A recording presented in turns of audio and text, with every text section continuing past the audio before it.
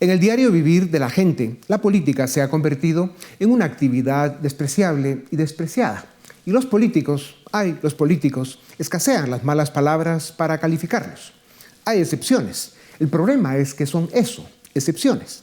Para desgracia de América Latina, son muy pocos los políticos que ejercen altos cargos de elección con honor, capacidad y honradez.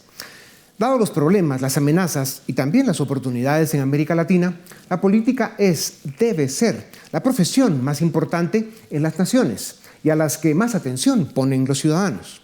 Rescatar la política y las relaciones internacionales en un marco de democracia liberal y republicana es cuestión de sobrevivencia para nuestro continente.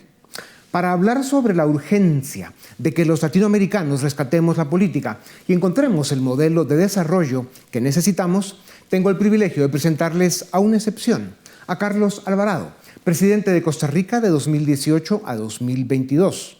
El presidente Alvarado es escritor, músico, periodista y politólogo con 2 maestrías, Ciencias Políticas y Desarrollo. Ocupó varios cargos públicos, entre ellos 2 ministerios de Estado y la presidencia de su país, de los que salió con honores.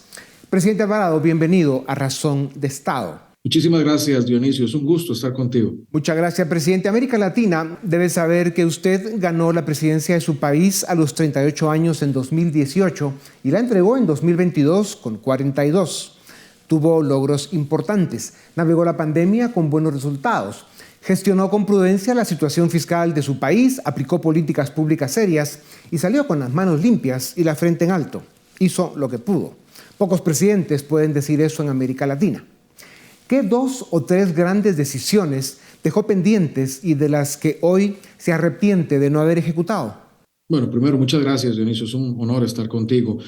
Como dices, me siento satisfecho por haber servido a mi país en cosas como la pandemia y haber protegido a nuestra población o haber logrado que Costa Rica ingresara a la OCDE, el primer país centroamericano que lo hace, o mantener las finanzas estables del país. Eso hace que haya una proyección de futuro para Costa Rica, un Estado social de derecho.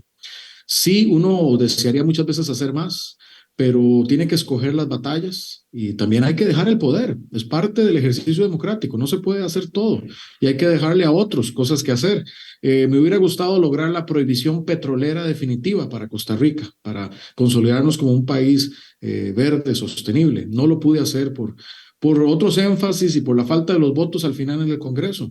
Pero bueno, es una meta que el país tiene pendiente y que otros también podrán llevar adelante.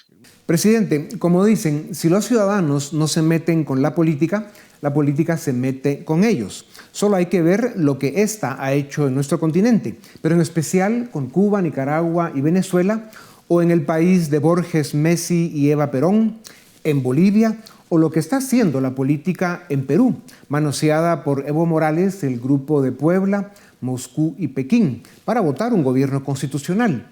¿Cómo se rescatan la racionalidad, la capacidad y la decencia en la política? ¿Cómo se rescata la presencia del ciudadano en la política?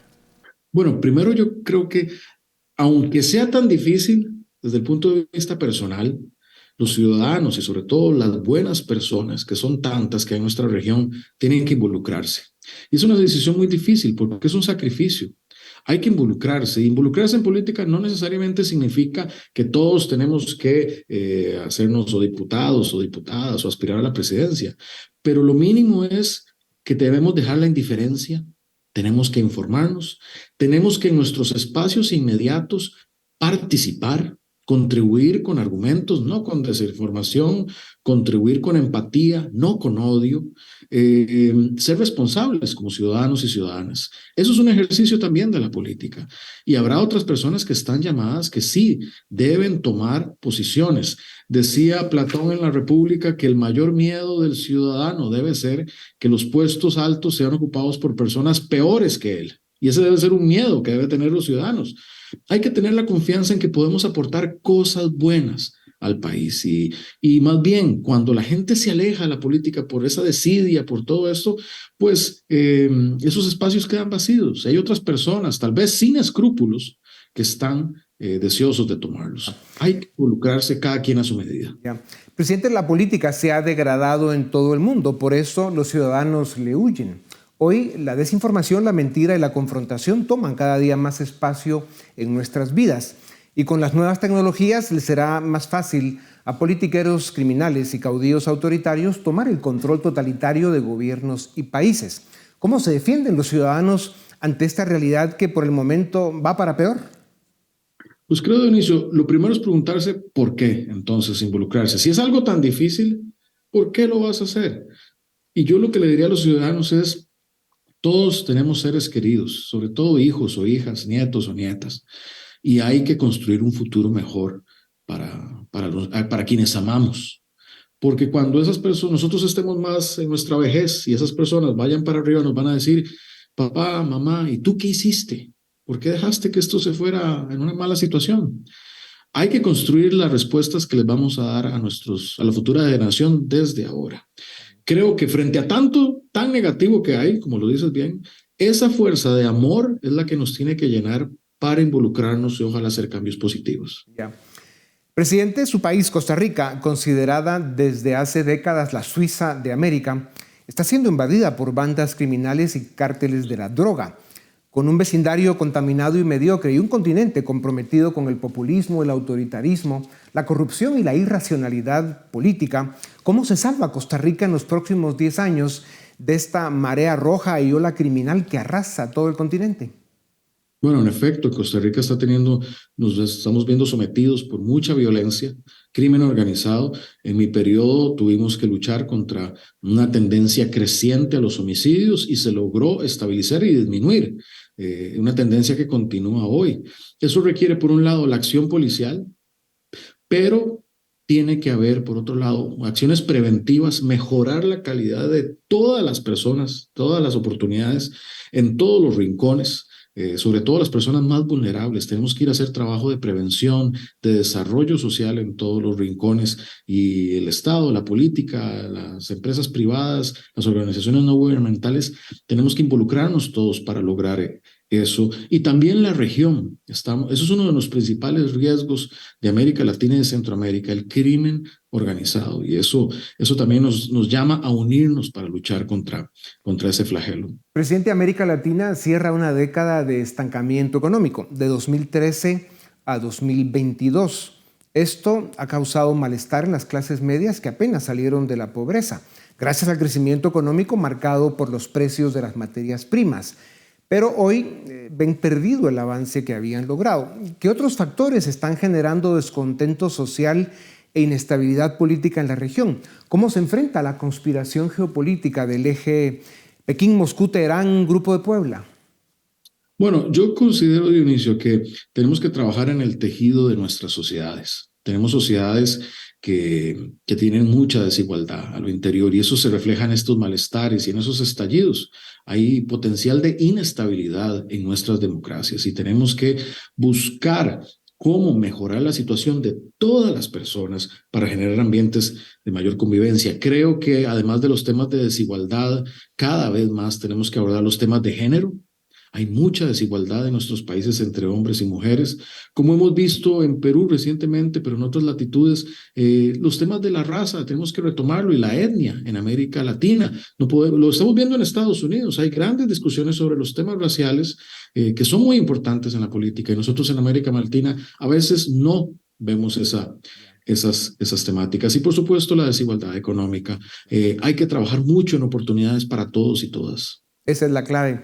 Presidente, usted escribió en The Hill, un medio importante en Washington, sobre la importancia de articular una alianza para la prosperidad del continente americano, hablando de crear oportunidades.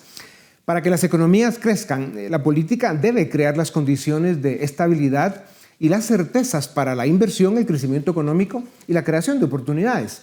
El deterioro político e institucional en la mayoría de nuestros países es un obstáculo insalvable para el desarrollo.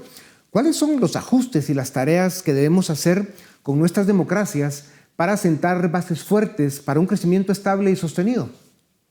Bueno, Dionisio, en ese artículo hay una tesis que se ha estado discutiendo mucho en el mundo hoy y que habla de que no es tanto una globalización lo que vivimos, sino una regionalización, una mayor compenetración, por un lado, de Europa, por otro lado, de Asia, y por otro lado está lo que se denominan las Américas.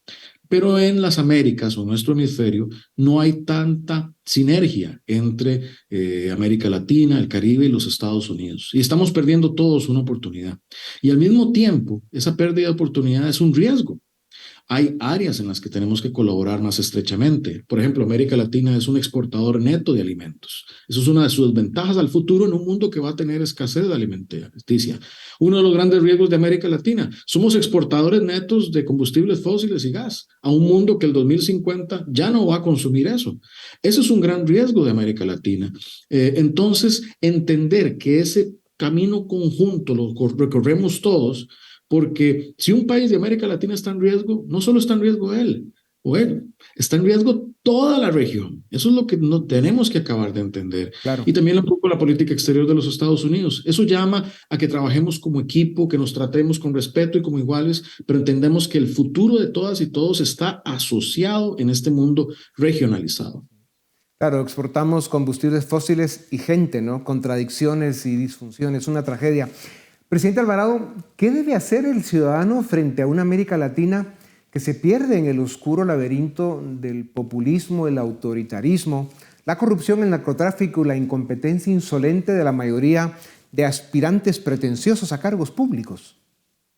Bueno, creo, como hemos dialogado, Dionisio, uno, hay que en alguna medida estar involucrados. La más básica es estar informados, informadas, tener criterio, participar, no desinformar, no contribuir a los debates de odio que se generan en muchas partes del mundo. Y ya más adelante construir desde nuestra comunidad, desde la solidaridad y desde muchos otros ángulos. Hay que involucrarse, Dionisio, si no, ahí sí perdemos la esperanza. Las ciudadanas y los ciudadanos de América Latina deben involucrarse por un principio de amor al prójimo, a sus seres queridos, para transformar esas realidades.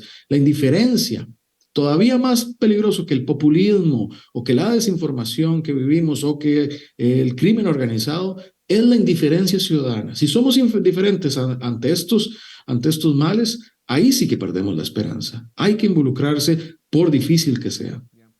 Presidente, entre las consecuencias que provoca la reducida visión de las élites latinoamericanas está el enorme vacío que hay en la formación de una nueva clase dirigente, estadistas, tecnócratas, políticos y líderes cívicos, para que podamos gobernarnos mejor. Usted y yo hemos hablado de esto en el pasado.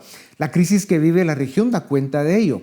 ¿Cómo se corrige esta debacle y cómo se atrae a los mejores de la sociedad para que se hagan cargo de la cosa pública?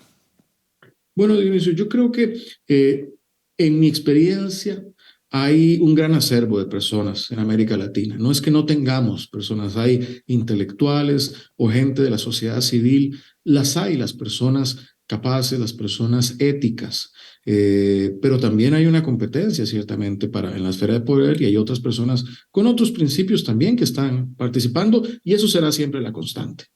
Lo que como ciudadanos, por eso, tenemos que garantizar es también escoger bien a nuestros gobernantes, no irnos tal vez con esas promesas falsas o vacías, sino ir a indagar un poco más allá para escoger a las mejores personas y también, si no las encontramos ahí, significa que probablemente debamos involucrarnos participando. Pero mi síntesis en eso es el amor a nuestra propia gente nos llama a poner nuestro granito de arena y aunque la política sea a veces una mala palabra, en mi casa lo era, por ejemplo, nadie le gustaba eso, la política era terrible, pero yo sentí la necesidad de involucrarme porque quería hacer un cambio en cosas. Así es. Y logró ser una excepción. Por eso es tan importante volver a hablar de ese gran proyecto que es la Fundación de Escuelas de Gobierno para toda América Latina, para educar a una nueva generación de líderes que rescaten el momento que vivimos. Presidente, ¿qué planes tiene Carlos Alvarado para aportar su capacidad y experiencia a esta dolorida y necesitada América Latina? Pues ahora, Dionisio, soy profesor de la Escuela Fletcher de Diplomacia en la Universidad de Tufts, acá en Massachusetts. Y acá estoy involucrado en la reflexión académica, también con la reflexión sobre la región de América Latina, mucho con los temas de energía, descarbonización, desigualdad, y también desde Costa Rica con un instituto recién fundado, que es el CDI, el Instituto de el Clima, la Democracia y la Inclusión, donde buscamos trabajar en la región, no en Costa Rica, pero en la región, con apoyo en materia de conocimiento, por ejemplo, en temas de descarbonización, en los temas de fortalecimiento democrático, los temas de género, los temas de la inclusión social, y poder trasladar alguna de la experiencia que hemos acumulado por nuestro paso por la administración pública para compartirle y crear nuevo conocimiento con otras personas. Eso está dedicado actualmente. Mucha suerte, presidente, porque lo necesitamos en este continente que obviamente grita la necesidad de gente con las ideas claras y sobre todo con principios. Como lo único que se pierde es la esperanza y el optimismo es bueno para la salud, en esta tribuna confiamos en que los ciudadanos de América Latina darán pronto un paso al frente para rescatar su presente y salvar su futuro. La participación de estadistas jóvenes con experiencia como usted, presidente, es fundamental para esta misión. Gracias por su tiempo, presidente Alvarado, y hasta muy pronto. A ustedes también gracias por acompañarnos una vez más. Esto es Razón de Estado. Suscríbete y nos ayudas a defender y a promover los valores de la libertad,